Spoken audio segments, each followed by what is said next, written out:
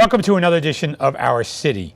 I hope everyone enjoyed the holiday season as we move into January and we deal with snow and cold weather. Please stay warm and stay in touch with the City of Elizabeth for any shelter needs that may be required, as well as pay attention to our website and the hotline numbers. Next, this week, the U.S. Conference of Mayors is meeting in Washington, D.C. I'm going to be a participant in that, where we discuss ideas and how cities can deal with the current administration in Washington. If you need any additional information regarding this event or any other events, please call our Public Information Office at 908-820-4124.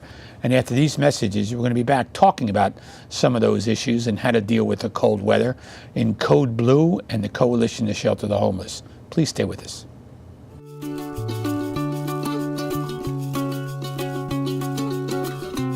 Offering everything you could want from college, including a life. Kane University. Welcome back to our city. The month of January has been extremely cold. We had 11 or 12 straight days of sub 20 and sub 30 degree temperature. And I'm pleased to be joined in the first segment of the show by Reverend Joseph Adair, who is the Relocation Officer for the City of Elizabeth and deals with a lot of these issues during the cold weather months. Reverend Adair, welcome to the show. Thank you, Mayor. So before we begin, how were your holidays? Wonderful. Yeah? Wonderful. Not long enough. Santa treated you okay? Very well. I have 9 children, so I know. So I get a lot of gifts. So all 9 children pitched in for Santa. Yes. They took turns being Santa. Santa, yeah. So, Reverend Adair, the Office on Relocation is an office that we understand inside the government, but can you just tell the viewers what exactly the Office on Relocation does? Well, the Office of Relocation, Mayor Bo, which is an office that deals mainly with code enforcements and fires. When there's a fire in the City of Elizabeth, of course, the Elizabeth bravers go out, and a lot of times they'll call me. I'll go out to make sure that those who are displaced by fires are taken to a hotel, working with the Red Cross. And then the city gets involved more on a long-term, permanent basis. We'll work with the landlords. In case of fire, we'll work with the landlords to make sure that the people get their security payments back. And we sometimes, if they qualify, will provide security payments. So, but the fire is one issue. We don't have a lot of those, but No. but sometimes we have them. It's multiple people, right? It's not like one Yes. person. No, we just had a fire where there were 10 people displaced, yeah. and sometimes there are 15. I can So that's remember a fires. struggle, right? 10 people. It's a great struggle. What we do, we network with other agencies to make sure that these people have at least a temporary relocation place to stay. And then we get into the long term. We work with landlords. We have a list of apartments in our office that we give people, and we just try to work, as best as we can with them. And during this, the displaced persons or the persons of a fire or some other incident, when they get there, they don't expect to stay in that hotel for the long term, do they? No. We tell them right away that We it's encourage only them to get the family or something? get a family member, or what we'll do is we'll work with Code Blue, the Coalition to House the Homeless, and they'll get them into Code Blue and those type of things. There are different things that we do. We're a great referral base also. We refer to a lot of different agencies. And even when we have the code enforcement, a lot of times people may live in the basement or an attic and it's illegal. Our inspectors go down and they have to leave. We'll work with the inspectors and we'll work with the different agencies in the City of Elizabeth to make sure that we transition them into an apartment, room, or whatever. The challenge there is a lot of times people really don't have enough money, or whatever, and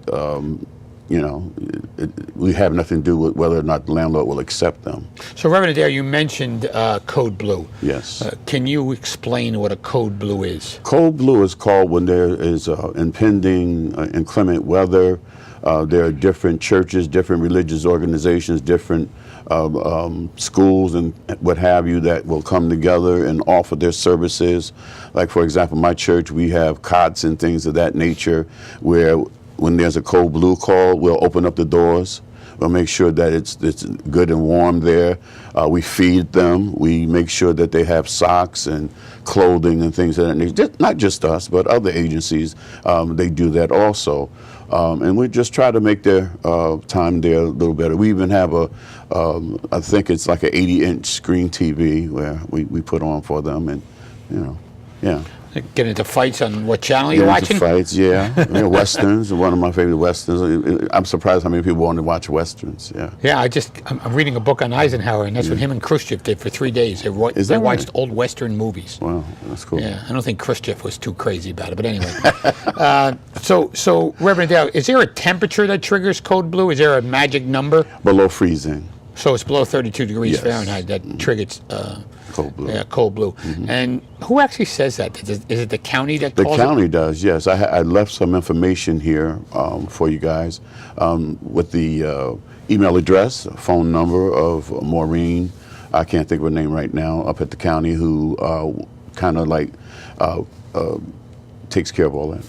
And so when a Code Blue is called, it kicks in not only churches, but it also, the Elizabeth Coalition, Elizabeth the House of Coalition, House of Homeless. they're going to be on the show in the They're gonna second be- half. Yes. So when the Code Blue kicks in, how do they know? They follow the web? How does Yeah, a follow homeless well, person know? Well, a lot of times when homeless people, they know. Trust me, they know how to get out of the cold if they prefer to, and it's amazing because some of them don't want to get out of the cold. They go down to our police station, and we get phone calls. I've gotten a phone call from the police station every night for the last 2 weeks. There is a number that you can call after hours. But the Coalition to House the Homeless on 118 Division Street, they have a warming center. So during the day, you go over there, and they can connect you to the different places where you can go that night. But they have to get there at a certain time, and I'm not sure what the time is. But Linda coming on later, she can help you with that. So you mentioned something really interesting that if they want to. If they want to, yeah. Do we struggle with a population at times that if it's 8 degrees out or 12 degrees out, that they just won't bother asking for help? And I've had situations where there were people who want you just to leave them alone. They won't even take a sandwich, Maybe it's because of a mental illness or they've had a bad experience in the shelter. But I've come across some people who don't want to go, no matter how cold it is. and they'll just stay on the street. Just stay on the street, yeah. Yeah, like the gentleman that died. Yes, yes, unfortunately, yes. Yeah, he just. So, the warming center, you mentioned that Elizabeth Coalition has a warming center. Yes. I know we open up certain buildings. So Yes, we open a Palmer Center. What's a warming center? Warming center is where you can go during the day to get services, of course, get warm and get different services. I know that the Coalition to House the Homeless, they have counseling. They provide services there. I know that Palmer Street Center and our Stephen Sampson Center, as needed, is open up. And we try to make sure that if we have to close it, we transition them into the Code Blue system so they're not out on the street. And the screening or counseling at the warming centers, talks to them about options they may have to get off the streets. Yes, try to make sure you know what the problem is. And in my experience is, because I am a licensed alcohol and drug counselor, is that 80%, Mayor, of the people who are homeless have a drug problem or alcohol problem. And we try to provide them with options to go to detox and rehab to try to change their life, And being a pastor and a relocation officer go hand in hand. Pastor, relocation officer, drug and alcohol counseling. President NAACP. I know, but on those, the president, but on those 4 issues alone, you can deal with people who struggle in life on a consistent basis. Yeah.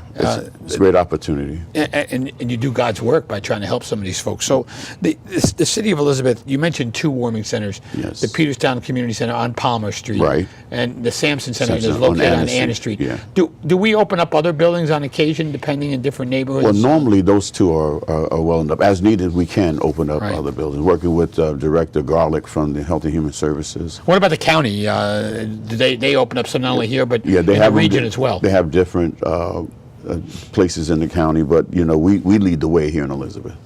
Have we taken people from Elizabeth to county shelters if necessary? Yeah, Plainfield YMCA is a great resource. A lot of times the challenge there is a lot of times is that the people come in too late. But if they come in on time, the police department every now and then will transport them out there.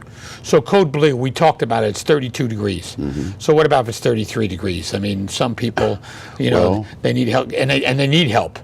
Well, I'm going to be honest with you, I don't know. Yeah. I don't know, to be honest with you. I don't want to make anything up. Yeah, but they maybe Linda can help us on the second half of that show. Well, I'm sure she's the expert. Linda's, we'll she's go the Linda. expert. Yeah. So the donations for the warming stations, if people want to donate, how do we? They can call the Coalition to House the Homeless, and they can call City Hall. My office is on 107, room 107 in City Hall, and my phone number is 908-820-4215. So, Reverend Adair, you're available to the public in dealing with these issues. Yes. What other events are coming up that you deal with in the relocation area or in your department? In our department, what we're trying to do, we're trying to work with the different insurance agencies to make sure that we begin to teach tenants how to have renter's insurance. Because a lot of times, Mayor, the landlords, it takes a long time for their insurance to kick in. If the tenants have their own insurance, it'll be much better for them. They can transition quicker to a permanent address. And you don't help everybody all the time. Sometimes it gets to be difficult, huh? Oh yeah. You've gotten some of those calls. I have gotten some, and I guess everybody wants to help, but sometimes it just. What do we do in that situation when it's just out of our grasp and you can't get it done? Very honest with you, pray. Yeah. Yeah. It's just really difficult. It bothers it bothers me when I can't help people because I'm proud of the reputation I have for being someone who loves people and want to help them. And, that goes hand in hand with what I do. And my assistant, Rosemary Santiago, let me give her a quote-unquote shout-out because she's awesome, too. Well, the two of you do a great job. I mean, I don't get that many calls, but it's difficult, and sometimes it's very difficult. It's frustrating as well for some of these folks. You know the biggest problem, challenge I have, Mayor, because our office is a lot of times the last place that people go for help. I can tell you there have been at least 2 people that I know of who left our office and committed suicide. And that stays with you. Yeah. It doesn't leave. No. Yeah, because it's a real struggle, and they've obviously at the end of their ropes. At the end of their ropes, they have nowhere to go, hopeless, and And you just don't sense that, I mean, when you're in there. No, you don't. You don't, because everybody likes to try to be strong or pretend they're strong, but really they're at the edge, I hope they didn't do it right after they left your office. No, not right after they left my office, but Otherwise I'd be looking at you saying, what the hell did you say to him? I didn't mean to say that. No. Well, Reverend Adair, I really thank you for taking the time to join us on the show and welcome, help educate some of the residents of the difficulties of Code Blue as well as some of the successes. Thank you, sir. Thank you very much. All right. For Reverend Joe Adair in the Relocation Office in the City of Elizabeth, please stay with us after these messages, where I'm going to be joined by Linda Flores-Tober of the Elizabeth Coalition to Shelter the Homeless, not only talking about Code Blue and the current situations, but her efforts to end it through Hoops for Homeless. We're an American original, dependable, historic, nuanced, with all the comforts of home, even when you're just visiting. So we're celebrating for all that we've left untouched and all that we've changed. A place where the past meets the future. So consider this your invitation. We've been celebrating here in Elizabeth for 350 years, and we're just getting started.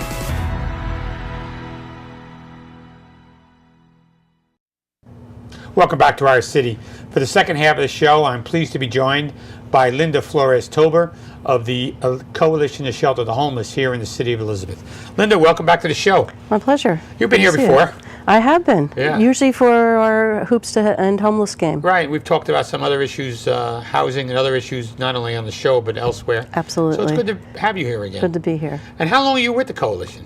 I've been there for 27 years. Wow. Yeah. Did you help a long start time. No. I've been around for kidding. about 10 years before I came. Not all, though. It's about a 40-year organization. Almost 40, yep. And who started it? Was it?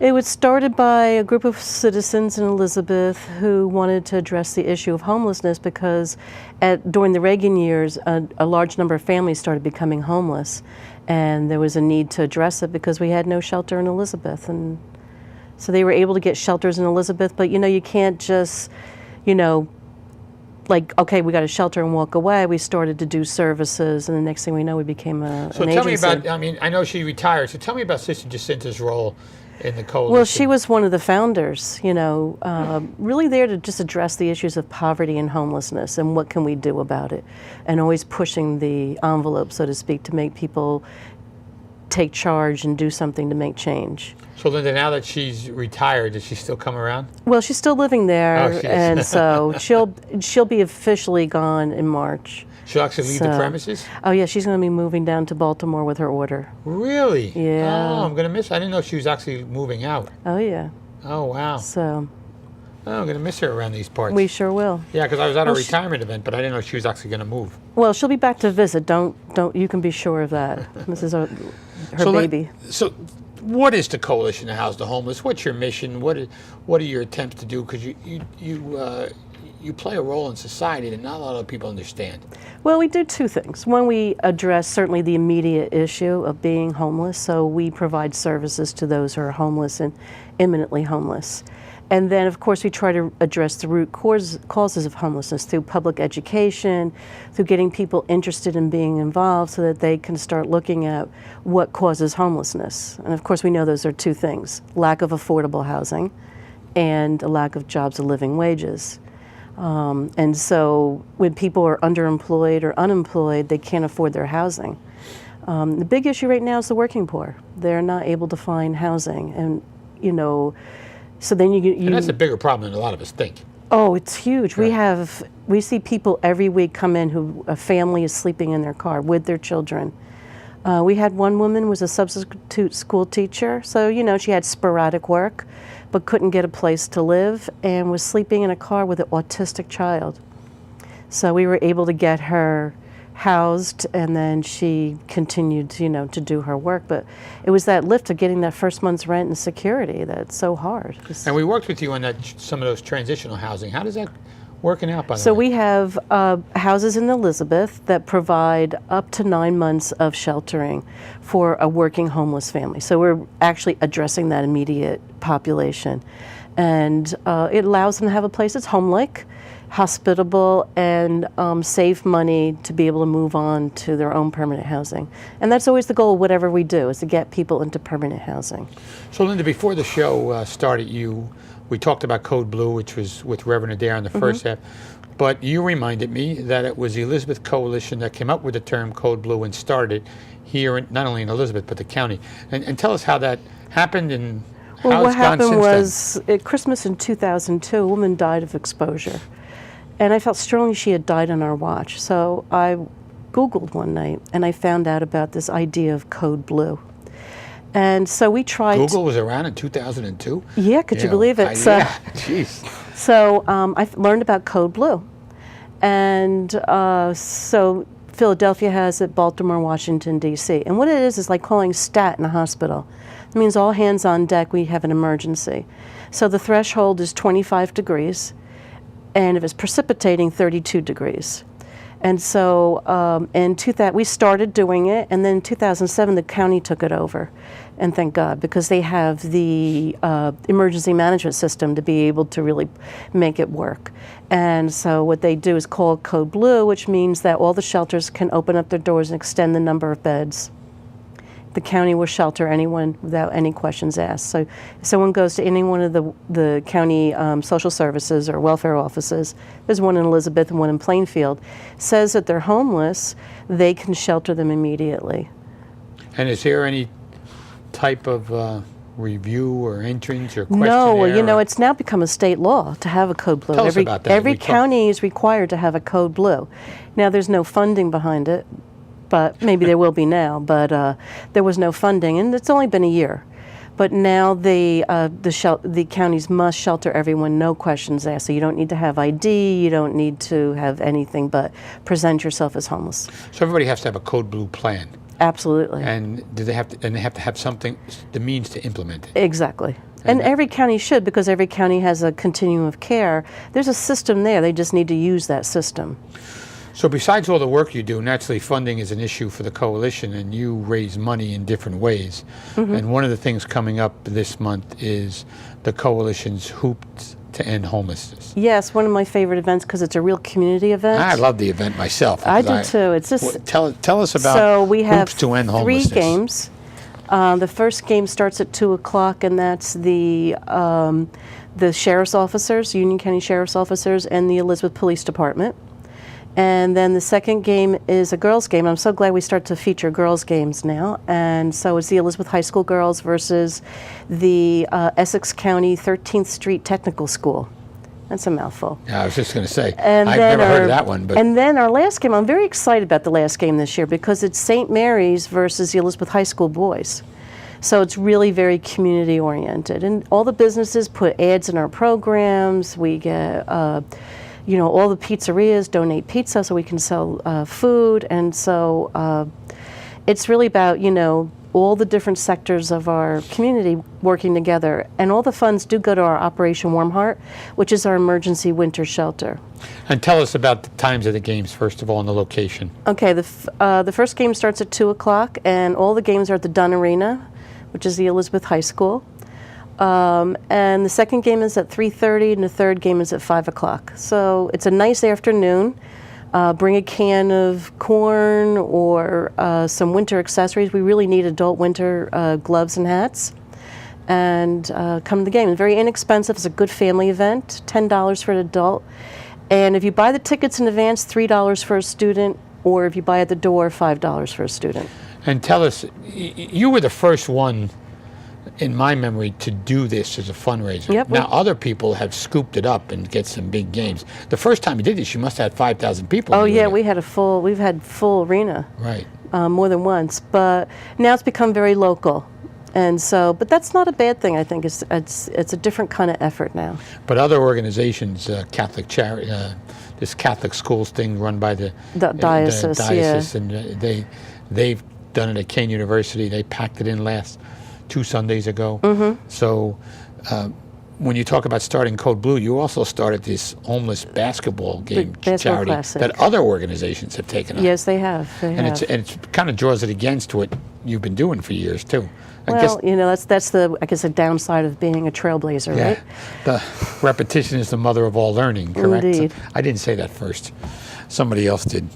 The teams participating, we talked about that in the proceeds code. What is Operation Warm Heart? Operation Warm Heart's our emergency winter shelter. We open it up on December 1st. It's a consortium of churches that open their doors. So, every night we go to a different church and they provide hospitality and shelter, and then the guys come back to us in the morning and we work on their situation to get them into permanent housing. How'd you get the churches involved? We knocked on doors and asked. You did? Yeah. And most of them were responsive? There's 91 religious organizations in Elizabeth, and I think we have 5 that 91? participate. I would have never guessed that. Oh yeah, we I knew there were a counted. lot, but I wouldn't guess 91. Oh yeah. So, but the ones who participate do it with heart and soul, and you can't beat that. Yeah, that's what makes it work. Yeah. The basketball tournament, what other activities or things do you do that evening? Any other entertainment or anything? We're hoping to feature the Elizabeth High School band and cheerleaders, and we are going to have the veterans are coming to do a color guard before the boys' game. I'm very excited about that. And Linda, how long has this been event going on? I think this is our 24th. It's our 24th year. So this started long before you Googled Code Blue. Yes. Yeah. It did. So, but we decided, once we started Operation Warm Heart, to designate the funds for Operation Warm Heart, because doesn't get any government funding. It's all privately funded, so we depend on these proceeds for this. So, Linda, do you work with other organizations to pull this off? The Operation Warm Heart? Yeah, Operation Warm Heart. We work closely with everyone. Okay. Yeah. No one does everything, so all of us work together to benefit the homeless. So Linda, a few times I've been to the coalition, and you pull in the driveway and you always see people hanging around and people doing things and people working and people moving boxes. It seems to be a very fluid organization, and all of these people aren't getting paid, right? They're just somebody's just coming down to help, right? We depend on a lot of volunteers. It couldn't happen. Our after-school children's program, Bernice's Place for homeless youth, that has all volunteer tutors. In fact, your daughter volunteered. Yeah, she was good. yeah. My daughter came in. Yeah. I remember she worked with a young boy named Mohammed. Yeah. And I asked you about him before the show. He's but doing he's okay. growing up now, right? He's growing up. He doesn't want to be in the kids program so much. Once kids get to be middle school, they want to be in, something for big kids. Well, now that my daughter is understandable. applying and getting accepted to colleges, on her resume are the stint that she did for Good. the Elizabeth Coalition of Shelter the Homeless, working with the kids program. The kids liked her, so Yeah, it's good. she still talks about it. Good. She went with a couple of friends a couple of nights, so it was pretty interesting to see the growth of her. Yeah. Never mind the growth of the young people. So it's so many people will volunteer, and they say they get more out of it than they feel like they give. We have a job program that's all volunteer driven. People come and give their expertise on resume writing. How do you do the computers? You'd be surprised how many people come in and have never turned on a computer. Yes, they have their phone. That's very different than having a computer and looking for a job and learning the magic words so that when you go, you put your resume into the abyss, that someone pulls your resume out and says, okay, we'll interview you at least. Do you work with them on some type of follow-up and how they can be persistent on saying, Absolutely. okay, if they don't call you, call them back? Absolutely. It's a 6-week program, so It is. It gets very intense. And before we go, if people want more information, who do they call? How do they get a hold of you?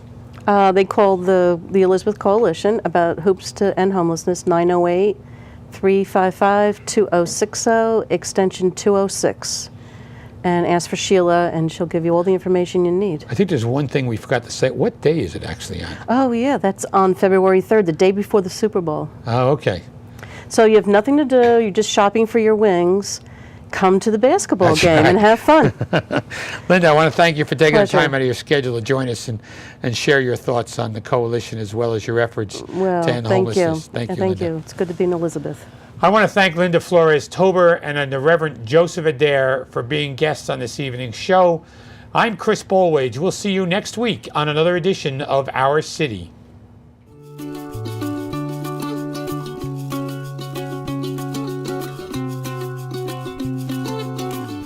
Sometimes you learn by helping others learn. Kane University.